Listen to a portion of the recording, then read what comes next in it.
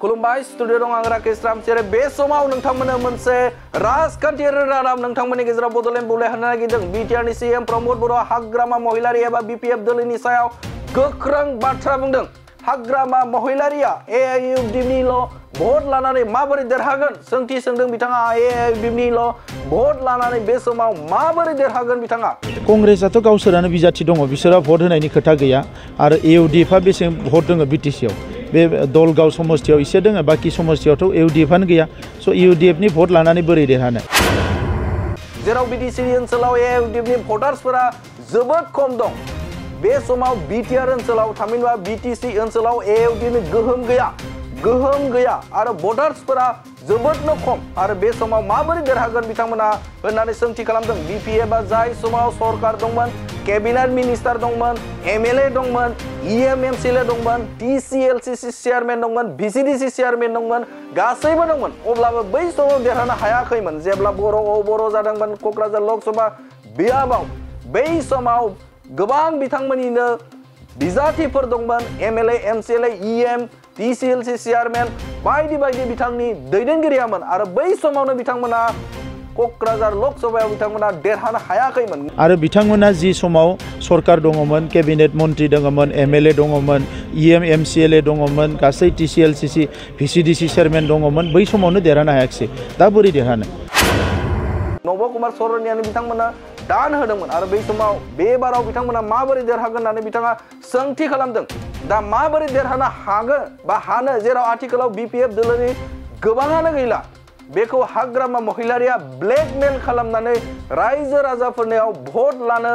साननायनि अनगायै जेबो गैया होननानै बिथां प्रमोद बर'आ गोख्रों रावजों बिथां हाग्रामा महिलारि एबा बीपीएफ दोलोखौ थांखिनानै बेफोर बाथ्राखौ बुंदों। बिटिआर ओनसोलाव गोजोन जौगानाय हारि माहारिनि गेजेराव खौसेथि लाखिनाय बे गासै थांखिखौ नोजोर होनानै जथाय सरकार एबा एनडिएनि बिजाथियानो गासै रायजो राजाफोरा भट होनाया रोखा जाबाय होननानै फोरमायदों बिथां प्रमोद बर'आ।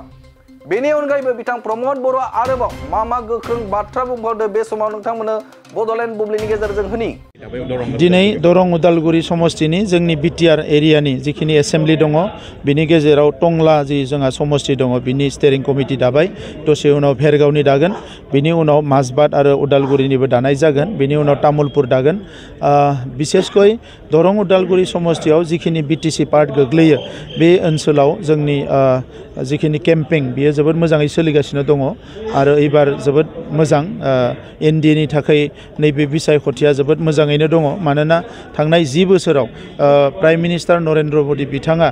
जिखिनि खामानिखौ मावबाय, बियो रायजो राजाफोरनि गोसोखौ जै खालामनो हादों, बिथाङा रायजो राजानि अननाय मोननो हादों आरो रायजो राजाजों बिथाङा कानेक्ट जानो हादों। बिनिखायनो नैबे जि बिसायख'थि लोकसभा बिसायख'थि बेखौ नरेन्द्र मोदी बिथांनि नामाव जिहेतु गेलेगासिनो दङ, दा बेवहाय बिजाथिया दिलीप शइकियाब्लाबो नरेन्द्र मोदी बिथांनि थाखायनो जों गेलेगासिनो दङ। बिथाङा 3थि खेबनि थाखाय भारतनि प्रधानमन्त्री जानांगो आरो जोंनि आद्रा थानाय जिखिनि खामानि बा जेंना बेफोरखौ सुस्रांनांगो। बिनि थाखायनो गासैबो हारि माहारिनि रायजो राजाफ्रा रेडि जानानै दङ जे फैगौ बिसायख'थियाव नरेन्द्र मोदी बिथांखौ टार्गेट खालामनानै बेवहाय दिलीप शइकिया बिथांनो फामे बिबारनि सावगारियाव भट होगोन, बियो रोखा जादों। दा बिनिखायनो स्टेरिं कमिटिखौ दानानै स्टेरिं कमिटिया इलेक्सननि बायदि फोसावदिंनाय हाबाफारिफोरखौ रनसायगोन आरो बे हिसाबैनो फोसावनाय हाबाफारिया सोलिगोन। जोंबा बीपीएफनि माने जिखिनि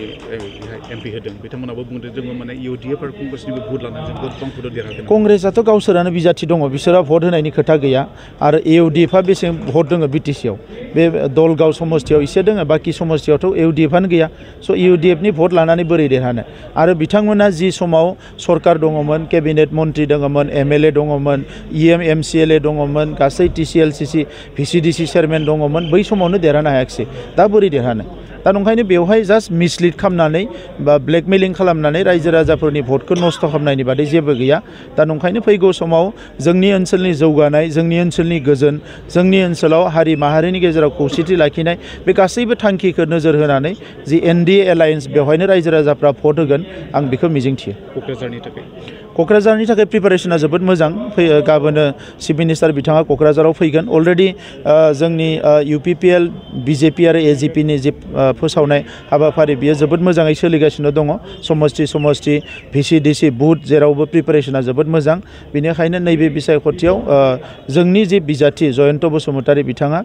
जोबोद बुरजा भट लानानै देरहागोन आरो जाय नैथियाव थागोन बिथाङा मेक्सिमाम 20% सो भट मोननो हायो बिनिख्रुइ बारा भट मोना समाजारि बिजोङाव जिथु नोंथांनि सायाव सासे सुबुङा ब्लेम लाबोबाय थादों बायदि रोखोमनि डाटा लानानै बिनि सायाव सोर बुंदो बेखौ बिक्रम दैमारि मा बुंदो समाजारि बिथिङाव कलेज जिथु माबा खालामनाय बेखौ फल्स आच्छा कलेजनि सायाव जिखौ बुंदों आङो बेखौ जेबो रोङा होननानै सानो जे बे जेबो मिथिया आरो बेहा कुनु समाजारि दायित्व गैयै मानसियासो बेबायदि बुंनो हायो कलेज प्रभिन्सियेलाइज जानांगौ होननानै बिक्रम दैमारिया मालाबाबो सोमावसाराखै जों सोमावसारदों स्कुल प्रभिन्सियेलाइज जानांगौ होननानै बिक्रम दैमारिया मालाबाबो सोमावसाराखै जों सोमावसारदों जोङो थांनाय 15-20 बोसोर फरायसालिया प्रभिन्सियेलाइज जानांगौ फरायसालिमाया प्रभिन्सियेलाइज जानांगौ मास्टारनि साख्रिया जानांगौ लेखा सम मथे मोननांगौ बेफोर सोमावसारनायाव जों दङमोन बिक्रम दैमारि होननाय एम्फौ नुवाखैमोन आं बेवहाय दा गोदानै बिथाङा हाग्रामा महिलारिनि उनथिं थानानै गावनि राजखान्थि लाभालाभनि थाखाय बायदिसिना बाथ्रा बुंदों आं बिथांखौ बुंदों जे बेबायदि बाथ्राखौ बुंनो नाङा आसाम सरकार आरो BTR सरकार सावरायनानै बे 10 खान कलेजखौ प्रभिन्सियेलाइज खालामनाय जादों आरो काउन्सिलखौ अथराइज खालामदों जे काउन्सिला बेखौ प्रभिन्सियेलाइज खालामनांगौ आरो SOPD फान्डनिफ्राय बिथांमोननि सेलारिखौ होनांगौ आरो जि समाव आसाम सरकारा 2025 आव एमेन्डमेन्ट लाबोबावगोन बै समाव बे गासैबो कलेजा प्रभिन्सियेलाइज जागोन बिनि अनगायैबो बाखि थालांनाय कलेजखिनिखौबो प्रभिन्सियेलाइज खालामनो थाखाय जों आसाम सरकारजों सावरायगासिनो दङ दा बेवहाय बिक्रम दैमारिया ना लाग्रा ना होग्रा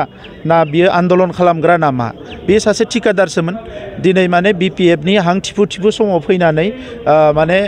ससियेल मिडियायाव ओंखारनानै जानला मानला बुंबाय थाबानो ना स्कुल प्रभिन्सियेलाइज जागोन ना कलेज प्रभिन्सियेलाइज ना बिक्रम दैमारिया बेखौ मावनो हायो ना मा खालामनो हायो दा नंखायनो जाय खामानि मावदो बेखौ डिसकारेज खालामनाङा